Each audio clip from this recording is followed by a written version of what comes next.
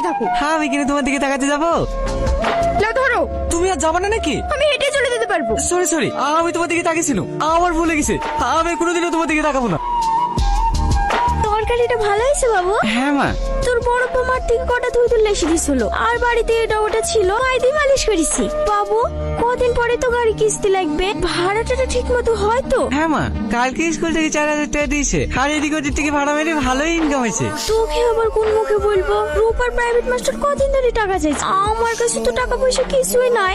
তুই যদি দিতি। একটা কথা বলো তো মা, আমি কি তোমার ছেলে না? আমার কাছে টাকা চাইতে লজ্জা করছো কেন? রূপা, ঘরে আমার মানি ব্যাগ আছে, যা লাগবে লিলিস। দাদা তোর বাবার তো খুব ক্রিটিক্যাল, আজ মাঝে ফোন করে একটা গাড়ি ম্যানেজ করতে পারলো না। তুই একটু টুকটুকলি তাড়াতাড়ি চলো ভাই। মন খারাপ করো না ভাই, সব ঠিক হয়ে যাবে। আমি বাইরে বসছি, কোনো সমস্যা হলে আমাকে ডাকবা। লা ভাই, তুই যখন পারবে আস্তে আস্তে দিও, কিন্তু ছেলে হলে প্যাট বেড়ে মিষ্টি খাওয়াতে হবে। দিয়েছি তো কি হয়েছে? মানুষের উপকার করা কি খারাপ নাকি? কালকে বাদে তো 6,000 টাকা কিস্তি লাগছে, টাকাগুলো আগে দিয়ে চলে আসলি, এবার কিস্তি কি করে দিবি তুই? ফলে তুমি চিন্তা কর না, আমি ঠিক টাকা ম্যানেজ করে ফেলবো। বলি দিলে ম্যানেজ করে ফেলবি, কতগুলো টাকা কালকে বাদে তুই কোথায় পাবি? মা, স্যার আজকেও টাকার কথা বলছিল। ওলে তুই চিন্তা করিস নি, তুই মাস টাকা বলে দিস, আমি সব টাকা দিয়ে দেবো।